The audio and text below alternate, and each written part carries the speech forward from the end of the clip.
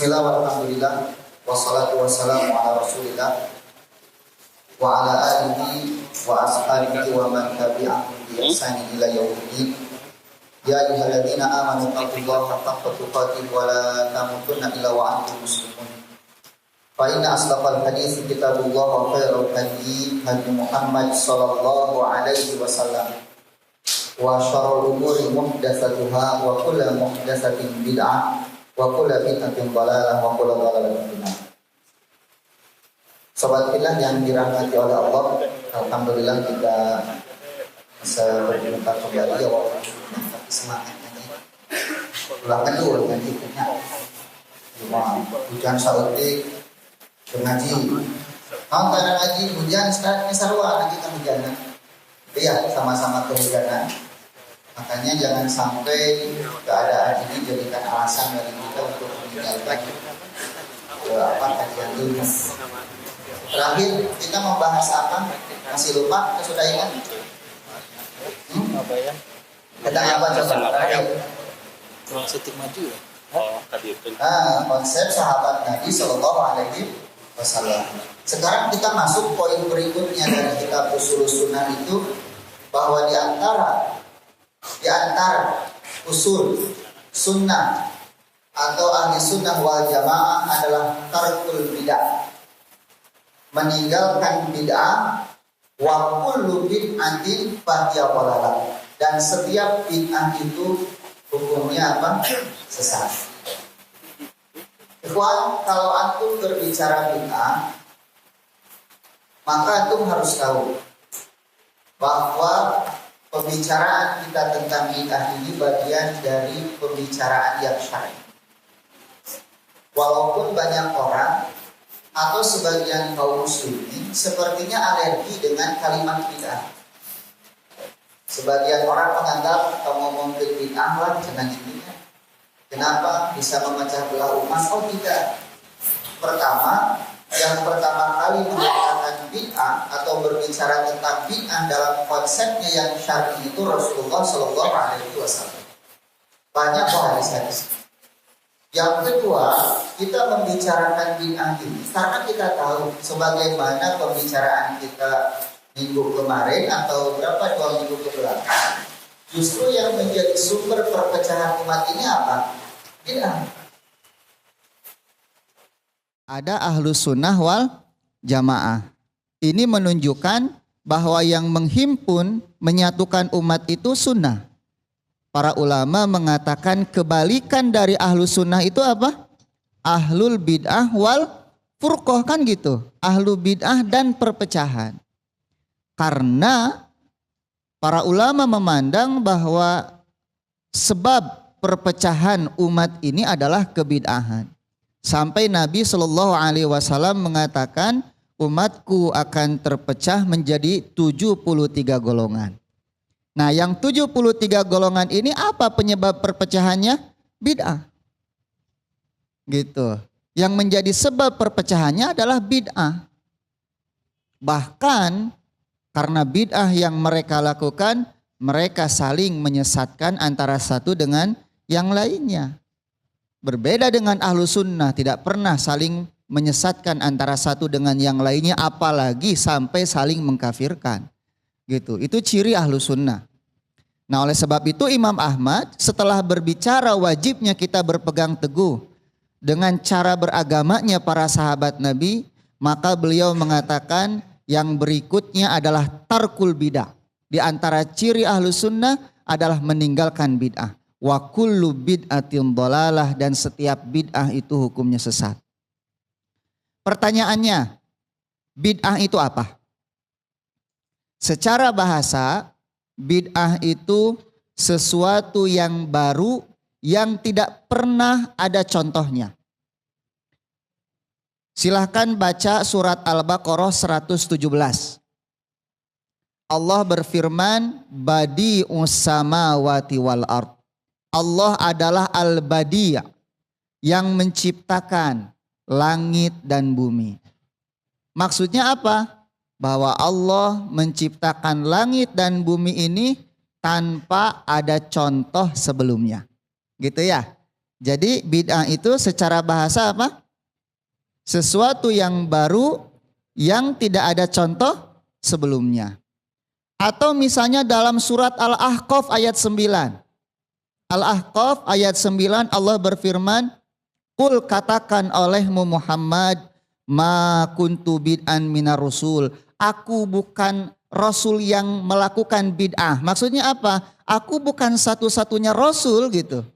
Tetapi sebelumnya pernah ada rasul gitu. Jadi aku bukan orang yang membuat bid'ah. Mengaku-ngaku rasul.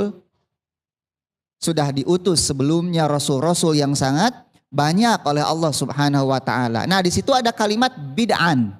Ya, bid'an. Nah, jadi seperti itu. Nah, kalau ada dalam bahasa Arab ibtada'a fulanun bid'atan. Si fulan memulai bid'ah. Maksudnya apa? Dia memulai satu jalan yang tidak pernah dilalui oleh orang-orang sebelumnya. Itu dalam bahasa Arab. Nah, jadi kesimpulannya bahwa bid'ah secara bahasa sesuatu yang baru yang tidak pernah ada sebelumnya. Gitu. Itu bid'ah. Ikhwan, ana bawa kitab ini, Al-I'tisam ini. Ada 2 jilid sebetulnya, ini tulisan Imam Asy-Syatibi ya. Kalau antum mau beli, silahkan cari di toko kitab ya. Saya harap antum beli semua. Tapi bahasa Arab ini. Gitu. Nah, enggak nyebut bahasa Arab sare riwayat ya. Ingat karena dosanya. Ini tidak diajar teh henteu wae atuh. Nah, harus ada kemajuan, ya. Nah, ini. Nah, sekarang kata Imam Syafi'i, beliau mengatakan famin hadzal makna, berdasarkan makna ini kata beliau, sumiyal amal alladzi la dalila alaihi, amal yang tidak punya dalil fi syar'i dari syariat bid'atun. Sesuatu yang bid'ah. Gitu. Jadi setiap amal yang tidak punya dalil di dalam syariat disebut dengan bid'ah. Lalu definisi bid'ah secara istilah itu apa? Nah, kata Al-Imam Asy-Syatibi ada 2 definisi bid'ah. Gitu ya, ada 2 definisi apa? Bid'ah. Definisi yang satu dengan yang 2 sebetulnya hampir mirip. Hanya perbedaannya kalau yang pertama hanya memasukkan urusan agama saja. Yang kedua ada sebagian ulama yang memasukkan urusan-urusan tradisi ke dalam bid'ah atau adat.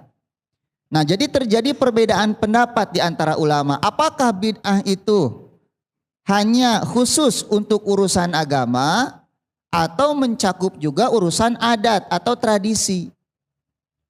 Hal-hal yang sifatnya keduniawian. Nah, yang dipilih oleh Imam Syatibi memang yang pertama, dan ini memang yang benar, bahwa bid'ah itu hanya berkaitan dengan urusan apa? Agama secara istilah. Gitu ya. Walaupun secara bahasa bid'ah itu bisa mencakup juga urusan-urusan yang sifatnya apa? Adat atau tradisi, keduniawian. Nah, saya lebih berpegang kepada pendapat yang pertama, bahwa bid'ah itu hanya dalam urusan syariat, urusan agama. Antum ingatkan dalil Nabi ketika pertama datang ke mana? Ke Madinah itu ya. Ketika Nabi melihat orang mengawinkan kurma. Kemudian oleh Nabi ditanya, sedang apa kalian mengawinkan kurma ya Rasulullah? Karena kurma itu supaya berbuah itu harus dikawinkan. Antum kalau punya anak harus kawin enggak? Ya kawin. Gitu, makanya yang jomblo-jomblo di sini enggak punya anak. Bijil ti mana? Kan gitu. Mata gerana rika bisi kaburu kiamat.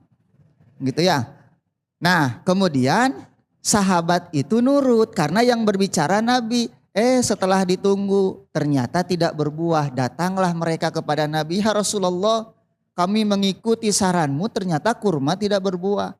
Maka Nabi mengatakan, kalau begitu kata Nabi, apabila ada urusan dunia kalian lebih tahu daripada aku. Ya, tetapi urusan agama kembalilah kepadaku. Nah, oleh sebab itu, hal-hal yang baru di dalam urusan dunia secara hukum asal boleh atau terlarang? Boleh, gitu ya. Maka ada kaidah Hukum asal dari urusan dunia adalah mubah kecuali ada dalil yang mengharamkannya.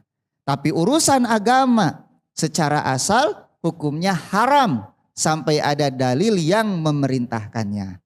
Gitu ya. Maka bid'ah secara istilah sebetulnya hanya mencakup urusan-urusan agama saja. Si Ustadz bid'ah tah naon dan Nabi mah lamun kajian tara make mik. Ya memang kahiji teu aya mikna di zaman Nabi mah. Gitunya. Teu aya mikna. Kalau ada ya mungkin bisa dipakai juga. Tapi dan yang kedua Nabi diutus bukan untuk mengajarkan membuat mik. Gitu. Atau misalnya ke kajian antum naik mobil, naik motor dan Nabi mah dulu naik onta gitu. Nya lamun aya onta Nabi gerek naik onta gitu ya. Sok pangneangankeun onta ditaekan ku abdi. Gitu lamun aya mah gitu. Tapi dan Nabi diutus bukan untuk mengajarkan naik unta. Gitu. Jadi selama urusan-urusan dunia itu tidak bertentangan dengan syariat, maka hukum asalnya adalah mubah. Karena Allah menciptakan segala sesuatu di langit dan di bumi itu untuk kita secara hukum asalnya. Kecuali ada nanti dalil yang mengharamkan. Nah, oleh sebab itu Al-Imam Syatibi memberikan definisi tentang bid'ah yaitu satu jalan. Kata Imam Syatibi, satu jalan di dalam agama. Tuh. Thariqatun fiddin. Satu jalan di dalam agama muhtari'atan yang diada-adakan. Ya, satu jalan di dalam agama yang diada-adakan. Tudahi syariah, menyerupai syariat. Padahal bukan bagian dari syariat. Yang menyerupai syariat. Yuqsadu bisuluki alaiha, tujuannya apa? Kikituan teh naon tujuannya? Pasti ada tujuan kan? Tujuannya adalah al-mubalaghah fi ta'abbud lillahi subhanahu wa ta'ala, bersungguh-sungguh di dalam beribadah kepada Allah. Gitu. Sekali lagi, definisi bid'ah. Apa? Satu jalan di dalam agama yang dibuat-buat. Gitu ya. Yang menyerupai syariat, tujuannya untuk bersungguh-sungguh beribadah kepada Allah subhanahu wa ta'ala. Itu bid'ah. Gitu ya. Itu bid'ah. Nah ikhwan, ana ingin bicara dulu tentang konsep bid'ah ya.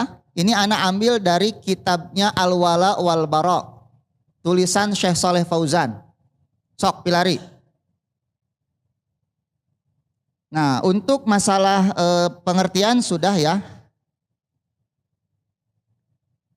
Nah ini dalam kitab Syekh Saleh Fauzan, beliau mengatakan perbuatan bid'ah itu ada dua bagian. Yang pertama bid'ah di dalam adat kebiasaan seperti tadi. Yang kedua bid'ah di dalam agama. Gitu. Nah bid'ah dalam adat kebiasaan kata beliau secara asal hukumnya mubah. Gitu ya. Karena hukum asal dari segala sesuatu al-aslu fil asya al-ibahah. Gitu. Antum ada yang nulis pakai buku seperti ini, ada yang nulis pakai tablet. Bid'ah teh ya. Bid'ah secara bahasa. Da zaman Nabi mah aya tablet. Gitu ya, tapi lamun kertas tos aya zaman Nabi. Kemudian Nabi pernah mengirim surat dengan apa? Kertas kan ya, tapi dengan tablet gak ada. Antum bid'ah tah. Dolalah. Entu kita entu. Heureuy tambah heureuy. Gitu ya. Kenapa? Karena ini teknologi ini. Gitu, ini teknologi. Jadi hukum asalnya mubah. Gitu, walaupun nanti penggunaannya bisa positif ataupun negatif, itu mah tergantung yang memakai gitu. Antum nonton Doraemon di dinya, teu naon, tapi nonton teu pararuguh. Doraka hukumna. Nah, gitu ya. Nah, adapun dalam masalah agama hukumnya haram kata beliau. Hukumnya haram. Kenapa? Karena urusan agama itu sifatnya tauqifi. Apa tauqifi itu? Tidak bisa dirubah, hanya bersumber pada Al-Quran dan Sunnah. Itu secara asal. Itu tauqifi. Nah, inilah kemudian yang disebut di dalam hadis Nabi itu man ahdasa fi amrina hadza ma laisa minhu fahuwa raddun. Barang siapa yang mengada-ngada dalam urusan kami di sini maksudnya apa? Coba, antum ada tahu enggak urusan kami itu maksudnya apa? Agama Islam, syariat. Gitu ya. Jadi barang siapa yang mengada-ngada dalam agama kami ini, syariat kami, ma laisa minhu, padahal dia bukan bagian dari agama tersebut, fahuwa raddun, maka dia tertolak. Nah, dari situlah kemudian para ulama mentarjih bahwa bid'ah yang sesat itu adalah yang berkaitan dengan urusan-urusan apa? Syariat. Gitu. Jadi jangan salah lagi ya. Jangan salah lagi gitu. Kalau antum mendapati orang membagi bid'ah kepada hasanah dan sayyi'ah, dolalah dan hasanah itu, nah, karena landasannya mereka memasukkan urusan adat kepada urusan masalah bid'ah. Sehingga ada sebagian ulama yang membagi bid'ah kepada 5 sesuai dengan hukum-hukum syariat. Ada yang haram, bid'ah makruh, bid'ah yang wajib, bid'ah sunnah, dan bid'ah yang mubah. Di antara yang membagi itu Imam An-Nawawi di dalam Sahih Muslimnya itu. Gitu ya. Nah, kenapa Imam Nawawi sampai berpendapat seperti ini? Karena Imam Nawawi memasukkan masalah-masalah adat tradisi ke dalam urusan bid'ah juga. Gitu, bisa difahami? Nah, jadi seperti itu sebetulnya. Makanya kalau antum melihat para ulama ketika memberikan contoh misalnya tentang bid'ah hasanah itu, mereka akan memberikan contoh-contoh yang sifatnya biasanya duniawi. Atau misalnya ilmu-ilmu syar'i yang secara tidak ada pada Nabi di zaman Nabi kemudian ada di zaman kita. Contoh ilmu nahu. Ya, usul fikih ada nggak di zaman Nabi?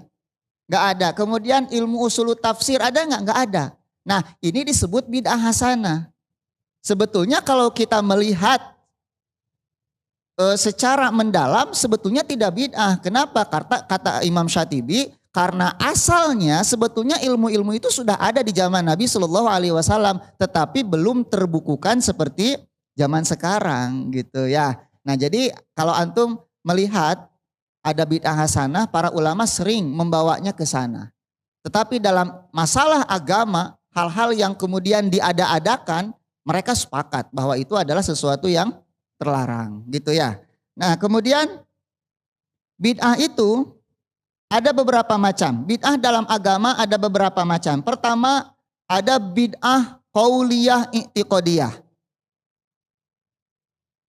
Bid'ah yang berupa ucapan dan keyakinan.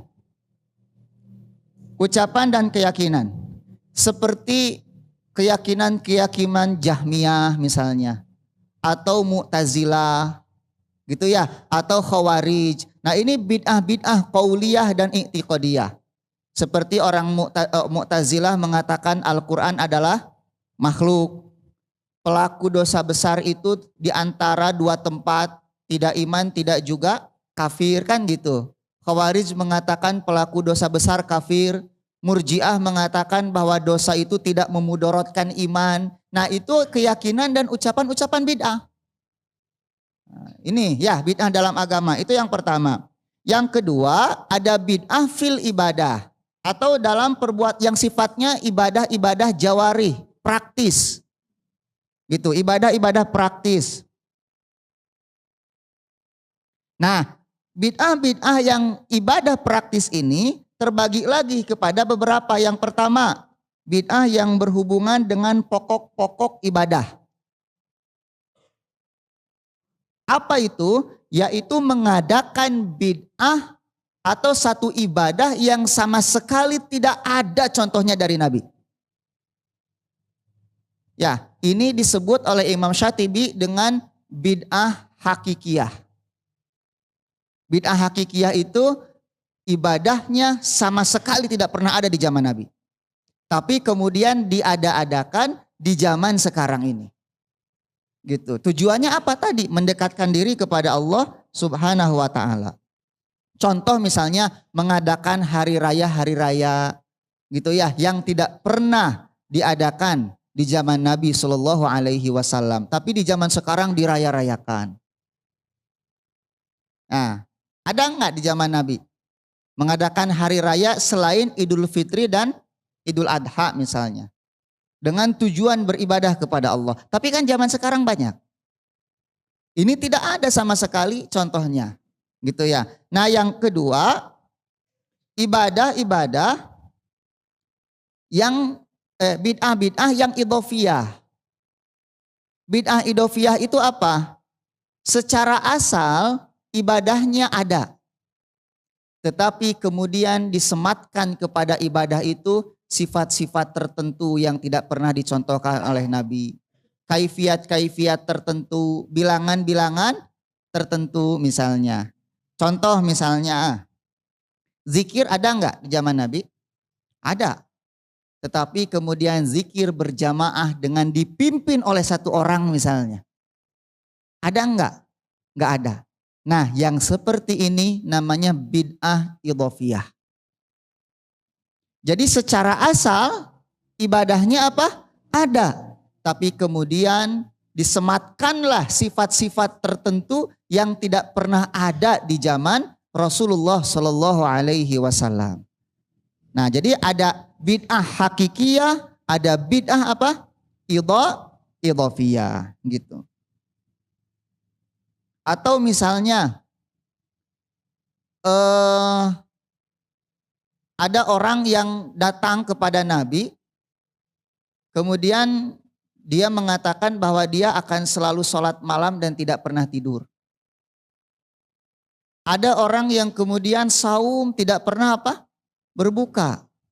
Terus ada yang ingin menjomblo terus gak nikah-nikah. Nah, antum masuk yang mana?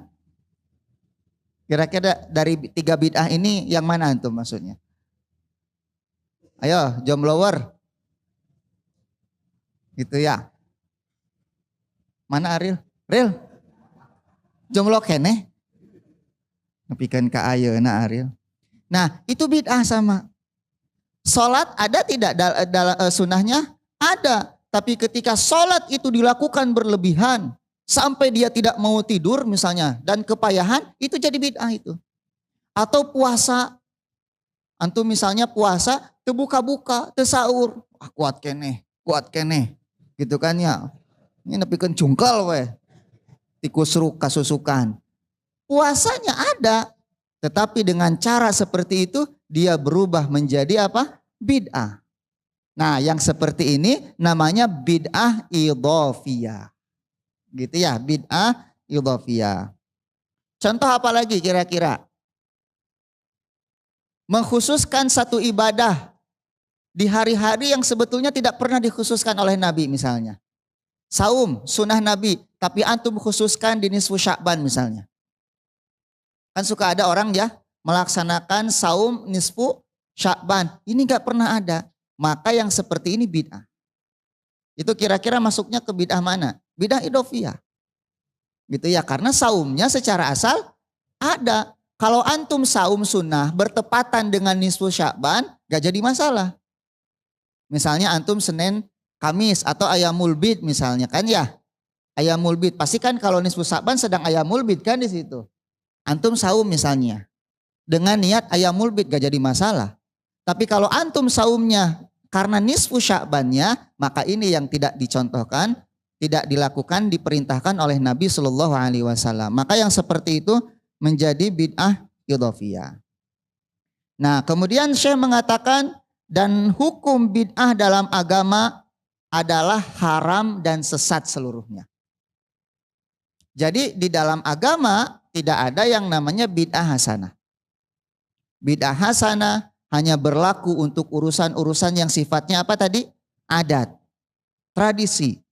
Di dalam agama tidak ada yang bid'ah hasanah. Kenapa? Karena Nabi bersabda, fa inna kulla muhdatsatin bid'ah.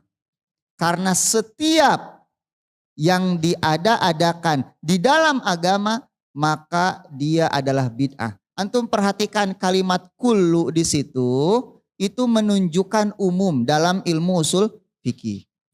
Kalau antum mau memaknai kullu menjadi sebagian, antum harus punya dalil. Itu aturannya dalam usul fikih. Karena secara asal kullu itu menunjukkan umum secara zatnya. Silakan baca kitab-kitab usul fikih. Di antara lafadz yang menunjukkan umum itu kullu. Ya. Kullu man 'alaiha fan. Segala sesuatu yang ada di muka bumi ini fana. Kan gitu ya. Ada tidak yang tidak fana di sini? Gak ada. Wa yabqa wajhu rabbika dzul jalali wal ikram. Dan yang kekal adalah wajah Rabbmu. Kan seperti itu. Nah, kullu itu menunjukkan umum. Dan Nabi mengatakan setiap yang baru adalah bid'ah wa kullu bid'atin dhalalah. Dan setiap yang bid'ah itu adalah sesat. Hadis riwayat Abu Daud dan Tirmizi. Gitu. Kemudian dalilnya man amila amalan laisa alaihi amruna fahuwa raddun. Terus man ahdasa fi amrina hadza ma laisa minhu fahuwa raddun. Nah, semua hadis-hadis ini adalah untuk bid'ah-bid'ah di dalam agama. Maka setiap bid'ah dalam agama itu sesat dan tertolak. Gitu ya. Jadi kalau ada orang melakukan bid'ah di dalam akidah, bid'ah ucapan, bid'ah perbuatan, dan semua itu berkaitan dengan urusan agama, maka hukumnya haram dan sesat. Gitu ya. Sampaikan kepada orang lain, tapi dengan cara yang baik ya, yang bijak. Pengamak-amakannya, gitu, gitu. Sampaikan kepada orang bahwa urusannya seperti ini. Alasan kita apa? Jelaskan. Karena mungkin ikhwan, mungkin ya, kenapa orang merasa fobi dengan istilah bid'ah? Mungkin ada sebagian dari kita yang ketika menyampaikan masalah ini kurang enak dilihat gitu. Lihat wajahnya saja sudah gak enak gitu orang teh. Jadi ikhwan, gak mesti ya kita menyampaikan hal seperti ini dengan marah-marah. Biasa saja, lurus, ilmiah gitu ya. Nanti orang mau menerima alhamdulillah, tidak mau menerima pun ya alhamdulillah ala kulli hal gitu. Jangan sampai ketika orang tidak mau menerima konsep-konsep ini kemudian kita memutuskan hubungan apa? Silaturahim. Tidak. Kita tetap bersaudara di dalam Islam. Karena persaudaraan kita dibangun di atas keimanan. Orang-orang yang kita anggap melakukan bid'ah belum tentu ahlu bid'ah ikhwan ya. Tetapi dia disebut pengamal bid'ah iya. Tapi belum tentu ahlu bid'ah. Makanya nanti dalam kitab Imam Ahmad ini dalam syarahnya ada syarah khusus yang berbicara tentang ciri-ciri apa? Ahlu bid'ah itu seperti apa. Nah kebanyakan orang-orang yang melakukan bid'ah di sekeliling kita itu karena ketidaktahuan. Awam terhadap urusan agama. Kadang-kadang hanya menerima dari ustadznya, kiainya, ajengannya. Gitu. Kemudian dia menganggap bahwa itu adalah sesuatu yang benar karena dibawa oleh kiai ajengan. Dan mungkin kiai ajengan itu punya alasan juga seperti itu. Nah oleh sebab itu ikhwan jangan sampai hal-hal seperti ini memutuskan hubungan silaturahim karena bagaimanapun mereka adalah saudara seiman. Innamal mu'minuna ikhwah. Makanya saya sangat tidak senang dengan orang yang menulis tidak ada cinta di antara kita ketika manhaj apa berbeda. Bagaimana tidak ada cinta? Padahal dia masih beriman kepada Allah dan di antara konsekuensi keimanan itu apa? Mahabbah. La yu'minu ahadukum hatta yuhibba li akhihi ma yuhibbu li nafsi. Gitu. Kalau misalnya antum mengatakan tidak ada cinta karena berbeda manhaj, bagaimana kalau orang tua antum belum bisa mengamalkan manhaj salaf ini? Apakah antum tidak mencintai lagi orang tua antum? Jangankan belum mengamalkan manhaj ini. Ketika mereka melakukan kekafiran saja kita masih dituntut untuk berbakti kepada mereka. Ya. Apakah suami istri kemudian harus bercerai misalnya? Atau misalnya kakak adik kemudian harus berpisah, tidak mau mengenal lagi? Tidak ikhwan ya, jangan sampai seperti itu. Kita tetap bersaudara dan di antara kewajiban saudara itu apa? Dalam surat Al-Asr, manusia berada di dalam kerugian. Kecuali siapa? orang-orang yang beriman. Kemudian beramal soleh, saling menasehati di dalam kebenaran dan kesabaran. Jadi selama masih ada ikatan iman di antara kita, maka kewajiban kita adalah menasehati saudara kita dengan cara yang baik. Wallahu a'lam bishawab. Assalamualaikum warahmatullahi wabarakatuh. Bismillah walhamdulillah wassalatu wassalamu ala rasulillah wa ala alihi wa ashabihi wa man tabi'ahum bi ihsanin ila yaumidin wa ba'd. Sebelum dilanjutkan ikhwan, ada info tentang kenceleng peradaban ya. Kalau antum mau ikut serta dalam donasi dakwah, jadi supaya tidak sekaligus itu teh, makanya kita bikin kenceleng walaupun sebetulnya kekecilan itu kenceleng teh. Jadi kenceleng-kenceleng itu antum bawa pulang ke rumah, nanti ada sisa belanja 5 juta bluskeun kadinya gitu. Nya tong saeutik da ngahayal namina ge. Masukin, nanti setiap minggunya atau setiap ada kajian di sini bisa antum setorkan sama petugasnya. Gitu ya, itu teh nanti digunakan untuk operasional dakwah ikhwan. Termasuk operasional TK yang akan mulai tahun ajaran sekarang ya, bulan Juli. Insya Allah itu kan guru-guru harus digaji, karyawan harus digaji. Nah ini nih, sebesar gini, ini kekecilan sebetulnya. Harusnya mah tambah besar lagi. Tapi lamun eusina sakali masukin 100.000 masih gana rada lumayan gitu ieu teh. Lamun 500 kan paling sabaraha sakieunya. Cuma kalau bisa mah antum ngambil ini karena nanti jangan dilihat kecilnya tapi pahalanya. Antum bisa saja ujug-ujug di surga karena masukin uang 500 ke sini. Nah gitu ya.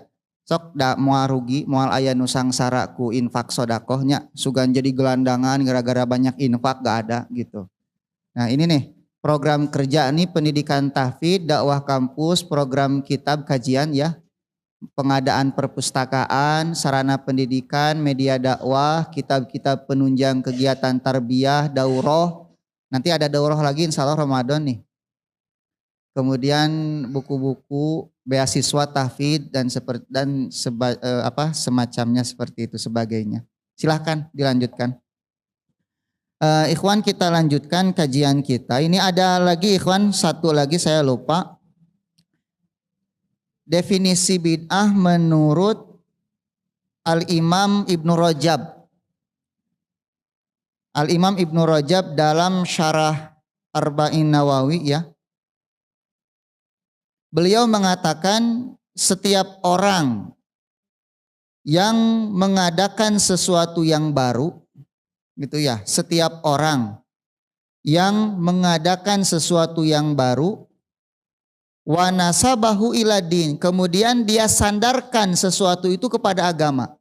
Kata Imam Ibnu Rajab, sesuatu yang baru kemudian dia sandarkan kepada agama, walam yakun lahu aslun minad din yarji'u ilaih.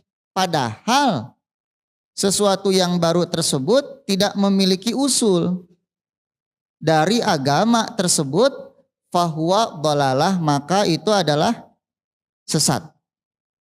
Wadin minhu bari, dan agama tersebut berlepas diri dari sesuatu yang baru itu. Nah ini dalam bukan arba'in ya, dalam Jami'ul Ulum wal Hikam. Itu Jami'ul Ulum wal Hikam itu syarah arba'in ya. Cuma ada ziyadahnya. Jadi tidak 40. Kalau arba'in itu kan 42 isinya. Nah dalam Jami'ul Ulum wal Hikam itu Ibnu Rajab menambah beberapa hadis. Tapi memang syarah arba'in itu. Nah maka berdasarkan definisi Ibnu Rajab ini, bahwa bid'ah itu memiliki beberapa rukun. Yang pertama, rukun yang pertama al-ihdas. Ihdas itu sesuatu yang baru diada-adakan. Ini rukun yang pertama.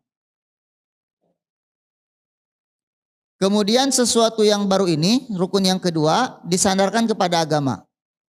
Gitu ya, disandarkan kepada agama. Yang ketiga, tidak ada dalilnya. Ini yang ketiga. Gitu. Jadi ada berapa rukunnya? Ihdas, kemudian disandarkan kepada agama, kemudian tidak ada dalilnya. Itu bid'ah. Rukunnya itu 3. Dalam definisi Al-Imam Ibnu Rajab. Kemudian Imam Syatibi dalam kitab Al-I'tisamnya menambahkan bahwa bid'ah itu ikhwan tidak hanya berkaitan dengan sesuatu yang kita lakukan, tapi yang kita tinggalkan juga itu bisa bid'ah. Ya, tidak hanya berkaitan dengan melakukan sesuatu, tetapi berkaitan juga dengan meninggalkan sesuatu. Itu bisa bid'ah. Contoh misalnya, ieu madu hukumna naon? Halalnya. Kalau antum mengharamkan madu dengan tujuan beribadah kepada Allah, maka antum melakukan kebid'ahan. Antum menghalalkan atau mengharamkan sesuatu yang Allah halalkan dengan tujuan beribadah kepada Allah, ta'abud, maka antum melakukan apa? Bid'ah. Berbeda dengan antum misalnya tidak makan sesuatu karena pertimbangan apa? Kesehatan misalnya. Saya punya kolesterol atau saya punya penyakit asam urat, saya nggak mau makan itu beda lagi.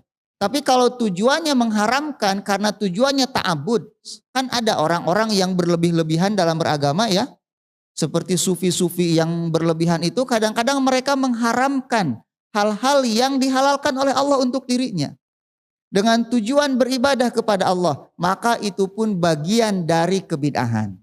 Nah, jadi bukan hanya melakukan, tapi meninggalkan sesuatu yang dihalalkan pun dengan tujuan ibadah, itu hukumnya haram dan itu bid'ah. Masuk ke dalam bid'ah juga.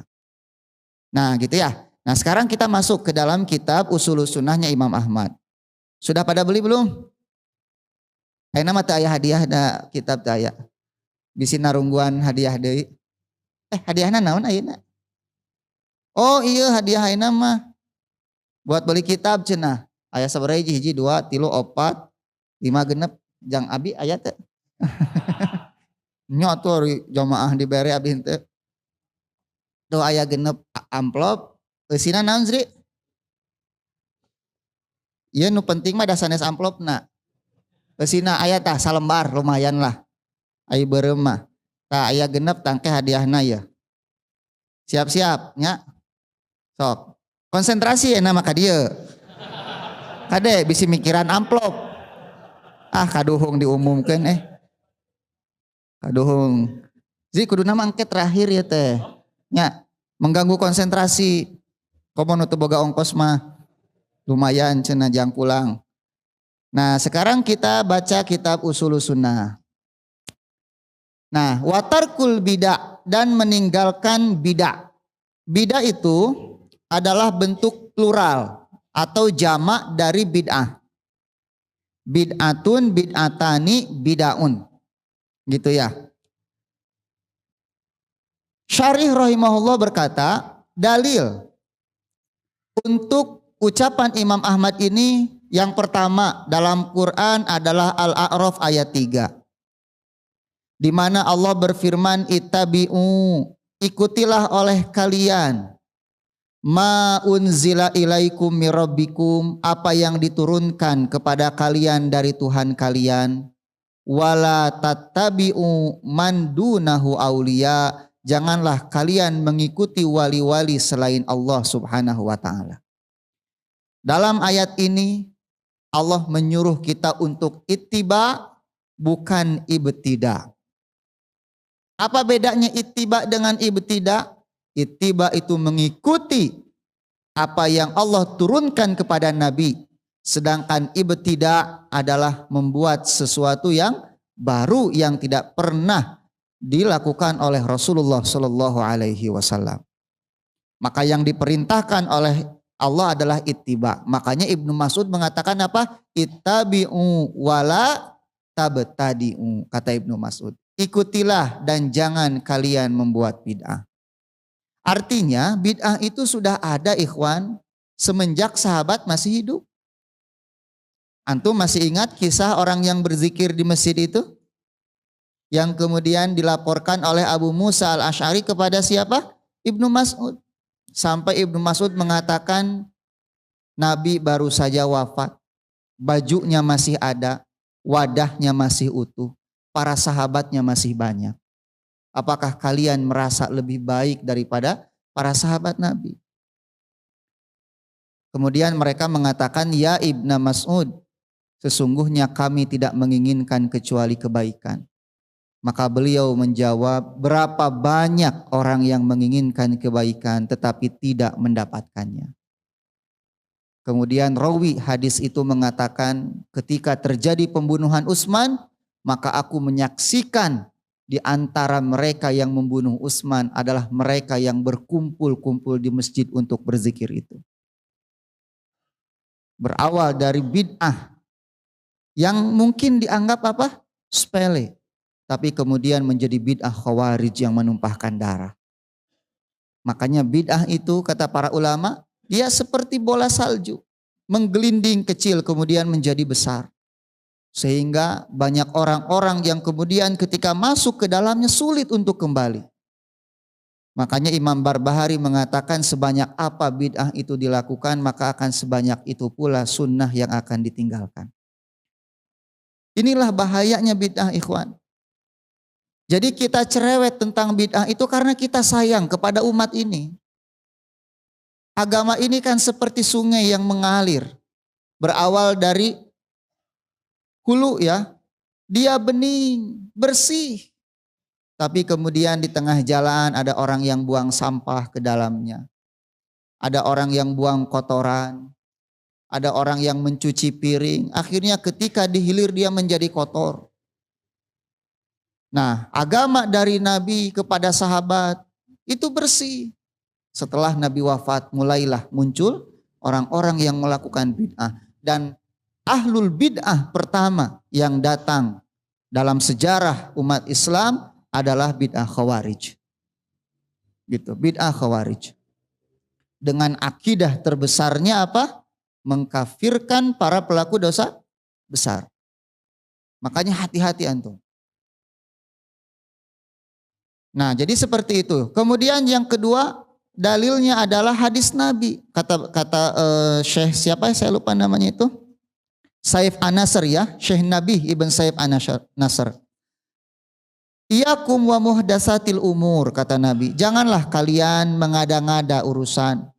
Fa inna kulla muhdatsatin bid'ah, karena sesungguhnya setiap muhdatsah itu adalah bid'ah. Kemudian Nabi bersabda, man ahdasa fi amrina hadza, barang siapa yang mengada-ngada dalam urusan kami ini, ma laisa minhu, yang bukan bagian darinya, fahuwa raddun, maka itu tertolak. Ibnu Mas'ud mengatakan, iyakum watabaddu, kata Ibnu Mas'ud. Janganlah kalian melakukan bid'ah, watanattu wata'ammuk, dan jangan kalian berlebih-lebihan. Tuh. Ya. Janganlah kalian melakukan bid'ah dan jangan kalian berlebih-lebihan. Wa alaikum bil atiq, maka hendaklah kalian berpegang dengan al-atiq. Yang dimaksud dengan al-atiq ini apa yang telah disunnahkan oleh Rasulullah Shallallahu Alaihi Wasallam dan para pendahulu dari umat ini. Nah, dalam sebuah riwayat ikhwan, Ibnu Musayyab pernah melihat seorang laki-laki setelah fajar menyingsing, gitu ya, adzan subuh, dia melakukan sholat lebih dari 2 rakaat. Gitu. Dia sholat lebih dari 2 rakaat. Dan memperbanyak ruku. Memperlama rukunya. Maka Ibnu Musayyab melarang orang tersebut. Dan orang itu berkata, ya Aba Muhammad, wahai Abu Muhammad, yu'adzibuni Allahu ala sholat, apakah Allah akan mengazabku karena aku melaksanakan sholat? Kan gitu ya. Makanya sholat kan abdi teh sedang melakukan kebaikan gitu. Kenapa dilarang? Kan suka ada orang kan ya melakukan sesuatu bid'ah, ketika kita larang ini kan baik. Padahal sesuatu yang baik belum tentu benar. Tetapi yang benar pasti baik gitu. Sholat baik tidak? Baik. Sholat subuh 4 rakaat. Benar atau salah? Salah. Walaupun baik sholat gitu. Tetapi ketika dilakukan 4 rakaat menjadi salah. Mumpung semangat keneh ya, baru bangun gitu. 4 rakaat. Tangke Isa pulang kerja kan tunduh. Sarokaat setengah lah Isa. Pas ruku salam, assalamualaikum, assalamualaikum. Ya. Nah jadi nggak bisa. Ukurannya tidak bisa apa? Akal atau perasaan kita nggak bisa ukurannya. Aya oge nu berdalil nate ku komo deui. Ayah saya ngobrol sama temannya. Kata ayah saya, kalau rambut ubanan itu boleh diwarnai tapi dengan selain hitam gitu. Karena orang ya hitam itu hukumnya haram kan. Temannya itu bilang nu hideung wae teu meunang komo deui nu lain. Nah, dalilna komo deui eta mah. Nah, gak bisa dalam agama dalilna komo deui. Gitu. Tapi harus Al-Quran, Sunnah, dan hujah-hujah yang lainnya. Nah orang ini pun sama ketika diberitahu oleh siapa? Ibnu Musayyab, dia melaksanakan sholat sunnah fajar lebih dari 2 rakaat. Gitu ya. Kemudian dilarang dan dia bertanya, apakah Allah akan mengazabku karena aku melaksanakan sholat? Maka beliau mengatakan, lah, Allah tidak akan mengazabmu karena sholatnya. Walakin yu'adzibuka ala khilafis sunnah. Tetapi ia akan mengazabmu karena engkau menyelisihi sunnah Rasulullah Sallallahu Alaihi Wasallam. Tuh. Jadi jangan dianggap enteng, ikhwan.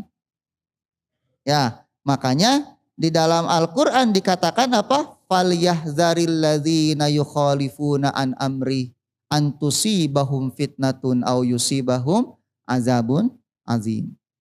Dan hendaklah orang-orang yang menyelisihi sunnah Nabi itu berhati-hati, kata Allah. Mereka akan ditimpa fitnah dan ditimpa azab yang sangat besar. Apa yang dimaksud dengan fitnah dalam ayat itu? Al-Imam Ahmad mengatakan yang dimaksud dengan fitnah di sana adalah asyirku, kesyirikan. Semakin orang menjauh dari sunnah Nabi, semakin dekat dia dengan kesyirikan kepada Allah Subhanahu wa ta'ala. Apa? Karena itu ancamannya. Jadi orang yang menyelisihi sunnah itu diancam fitnah oleh Allah atau azab. Nah perkataan Imam siapa? Ibnu Musayyab ini bukan tanpa dalil. Itu jelas di dalam Al-Quran. Kemudian Imam Al-Barbahari. Nah Imam Al-Barbahari punya kitab juga namanya Syarhus Sunnah. Ya nanti mungkin kalau ini selesai kita bahas Syarhus Sunnah. Beliau berkata apa? Wahdar min sigoril muhdasat. Hati-hatilah kalian dengan bid'ah-bid'ah yang kecil. Fa inna sigorol bid'ah ta'udu hatta tasiro kibaron. Sesungguhnya bid'ah-bid'ah kecil itu bisa berubah menjadi bid'ah yang besar. Wa kadzalika kullu bid'ah uhdisat fi hadhil ummah. Begitulah dengan bid'ah-bid'ah yang diada-adakan di umat ini. Kana awwaluha sagiran yushbihul haq. Awalnya kecil seperti sesuatu yang benar.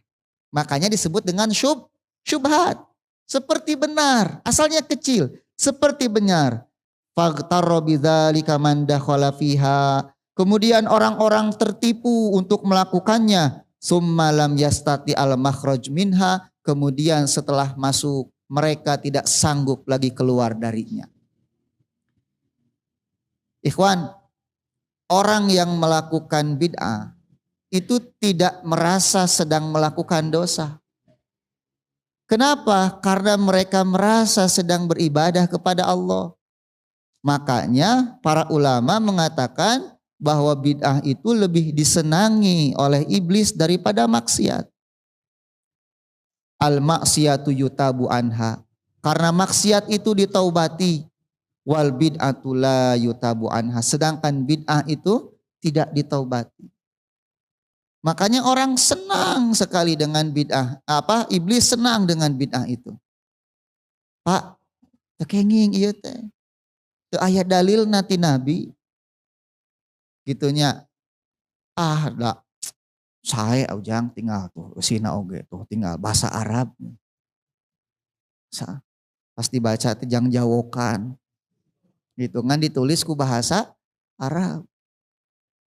Walaupun ikhwan nanti ya antum harus tahu. Ada sesuatu yang tidak dilakukan oleh Nabi. Tapi dilakukan oleh orang-orang setelahnya dan tidak menjadi bid'ah. Itu yang kemudian nanti disebut dengan al-maslahatu al-mursalah. Nanti ada perbedaan mendasar antara bid'ah dengan maslahat mursalah. Salah satu contoh misalnya mengumpulkan Al-Quran dalam satu mushaf. Bid'ah tidak? Nabi pernah melakukannya tidak? Tapi dilakukan oleh Abu Bakar, betul tidak? Bahkan di zaman Utsman hanya dengan satu logat saja, logat Quraisy. Yang lainnya dibakar. Bid'ah tidak? Bid'ah tidak? Nah, cara ricing. Ya tidak atuh. Tidak, itu masuk ke dalam maslahat mursalah. Salah satu bedanya apa? Salah satunya ikhwan. Bid'ah itu, ini ya salah satu beda maslahat mursalah dengan bid'ah. Bid'ah itu, andai kata mau dilakukan oleh Nabi di zaman Nabi itu tidak ada penghalang. Nabi bisa melakukannya kok. Tidak ada faktor yang menghalangi, tapi Nabi tidak melakukan. Tapi maslahat mursalah itu memang tidak bisa dilakukan di zaman Nabi karena faktor-faktor tertentu. Di zaman Nabi Quran masih turun. Kalau dibukukan kumaha? Edisi revisi kena. Terus dibukukan, aduh turun deui, bongkar deui, asupkeun deui, turun deui. Ripu. Kenapa? Al-Quran masih apa? Turun. Setelah Nabi wafat selesai Al-Quran tidak turun lagi, barulah bisa dibukukan. Ya.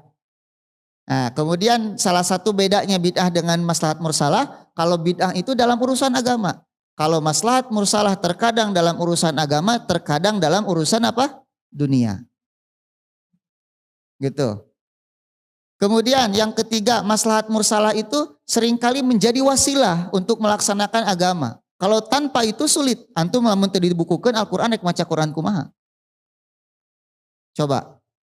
Apa yang mendorong Abu Bakar membukukan Al-Qur'an ketika itu? Wafatnya 70 penghafal Quran.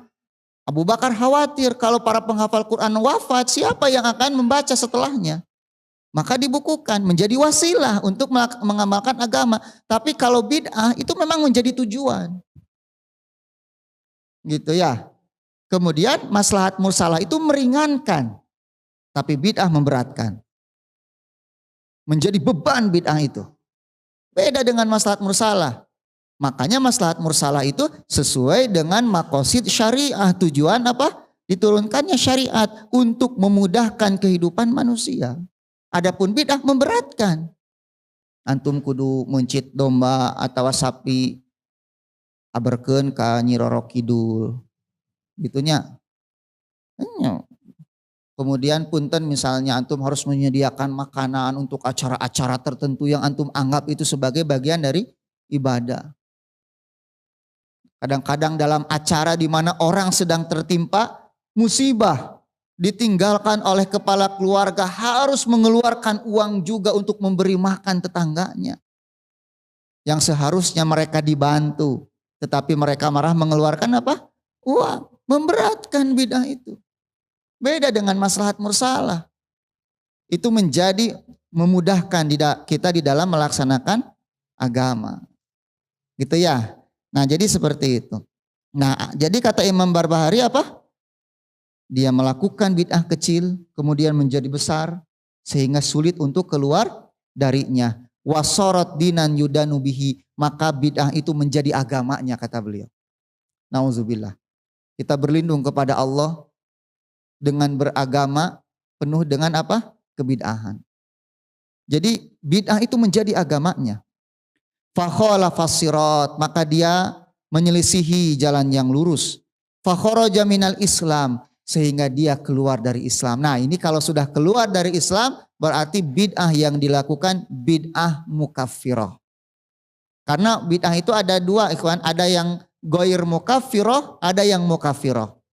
Apa mukaffirah itu? Bid'ah-bid'ah yang mengeluarkan seseorang dari agama. Itu mukaffirah. Contoh bid'ah Mu'tazilah, gulat Mu'tazilah yang menolak takdir misalnya. Ada sebagian Mu'tazilah yang menolak apa? Takdir, maka Mu'tazilah seperti ini dia kafir. Gitu, dia kafir. Kemudian Imam Barbahari mengatakan fanzur rahimakallah, maka lihatlah semoga Allah merahmatimu, kullaman sami'ta kalamahu min ahli zamanik, setiap orang yang engkau dengar ucapannya dari orang-orang yang hidup di zamanmu, khosotan secara khusus, fala ta'jalan, janganlah engkau tergesa-gesa untuk menerima ucapan itu. Gitu ya. Wala tadkhulana fi syai'in minhu, jangan engkau masuk ke dalam hal tersebut, hatta tas'al, sehingga engkau bertanya, wa tanzur, dan engkau melihat, hal takallama fihi ahadun min ashabin Nabi sallallahu alaihi wasallam au ahadin minal ulama, apakah sesuatu itu pernah dibicarakan oleh sahabat Nabi atau salah seorang dari ulama ahlu sunnah. Kalau ada di zaman sekarang, dia berbicara, dia berfatwa, dia menyampaikan sesuatu yang tidak pernah disampaikan oleh sahabat Nabi atau seorang pun dari ulama ahlu sunnah, jangan diambil. Maka Imam Ahmad mengatakan apa? La tufti fi syai'in laisa laka fihi imam, kata Imam Ahmad. Janganlah kalian berfatwa dalam sesuatu di mana tidak ada imamnya di dalam masalah tersebut. Ya. Jadi kalau ada orang ngomong ke sana kemari gitu kan, tapi ternyata kok kita nggak pernah menemukan ulama ahlu sunnah yang berbicara seperti ini. Bahkan kita melihat sahabat Nabi pun tidak ada yang berpendapat seperti ini. Maka jangan diambil. Maaf misalnya orang yang mentakwil yadullah dengan kekuasaan, apakah pernah ada di zaman para sahabat?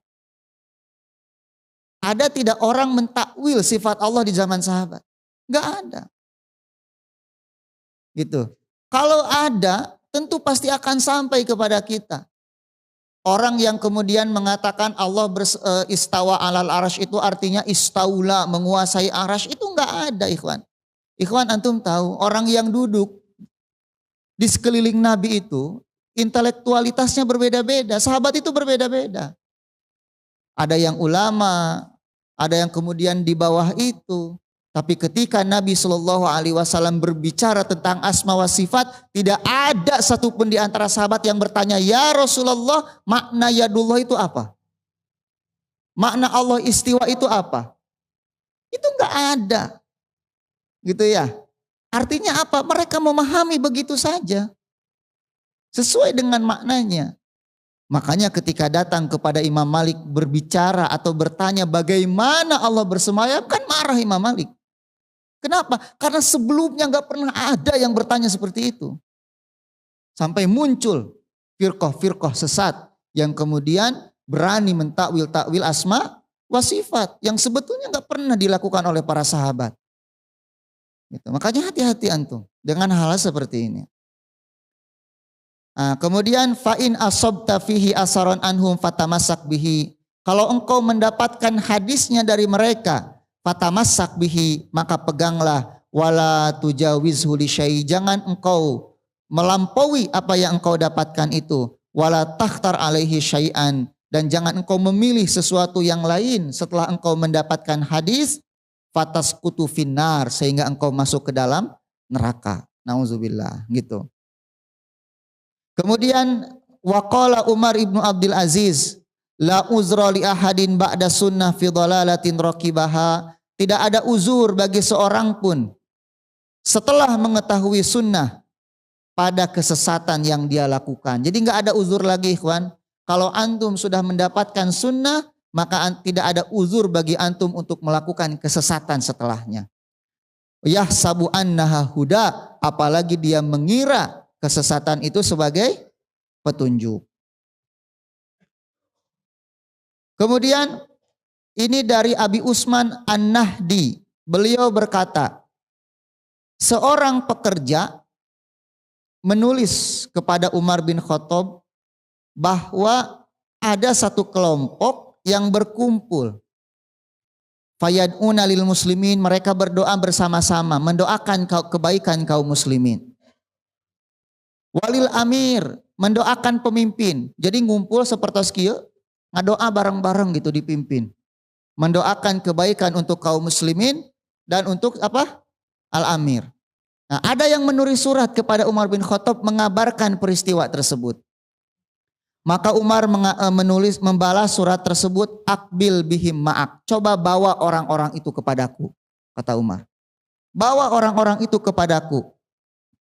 Faqala Umar libawab. Kemudian Umar berkata kepada penjaga pintu gerbang, Aid sautan, sediakan cambuk. Tinggali. Sediakan cambuk. Falamma dakhalu ala Umar, ketika mereka masuk menemui Umar, ala amiruhum dorban bisaud, maka pemimpin mereka apa? Dipukul dengan cambuk tersebut.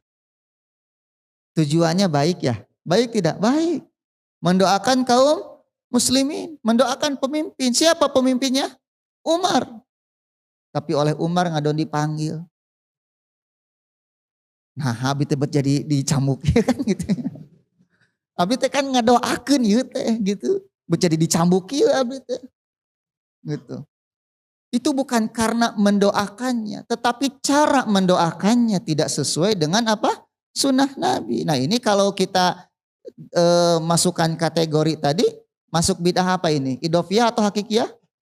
Idofiyah. Doanya ada, tapi caranya tidak sesuai dengan sunnah Rasulullah Shallallahu Alaihi Wasallam. Gitu.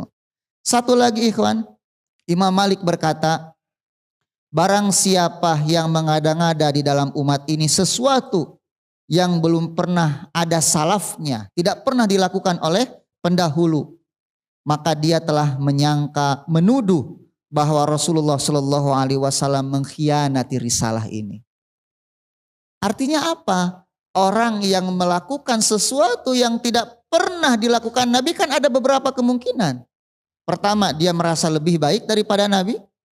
Yang kedua, dia menganggap Nabi menyembunyikan apa? Sesuatu dari ibadah ini. Sehingga para sahabat nggak tahu kok dia tahu gitu. Ya, sahabat gak tahu kok dia tahu. Tahu dari mana? Sedangkan agama ini sampai kepada kita melalui sahabat.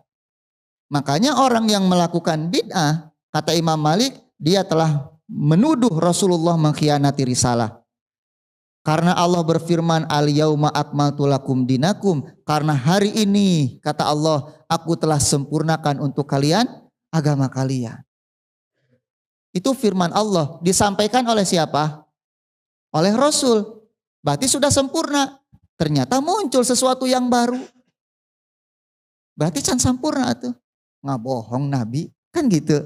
Ya, seolah-olah seperti itu. Gitu. Wa atmamtu alaikum nikmati, aku telah sempurnakan atas kalian nikmatku. Wa raditu lakumul Islam madina, dan aku ridhoi Islam sebagai agamamu. Kemudian Imam Malik mengatakan, maka sesuatu yang di zaman Nabi bukan bagian dari agama, maka hari ini pun bukan bagian dari agama. Dan umat ini, akhir dari umat ini tidak akan pernah menjadi baik kecuali dengan sesuatu yang pernah membuat baik umat-umat sebelumnya. Gitu. Antum pernah mendengar ini ya dari Imam Malik. Nah itu ikhwan, konsep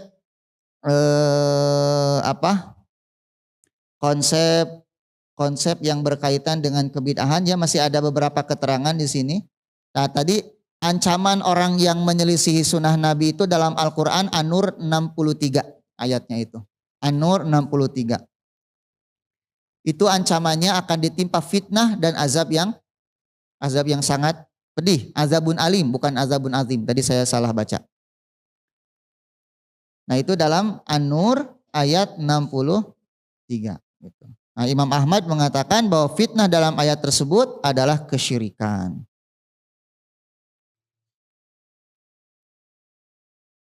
Bahkan Imam Al-Hafidh Al-Ismaili mengatakan bahwa gibah itu haram kecuali bagi mereka yang merupakan ahlu apa?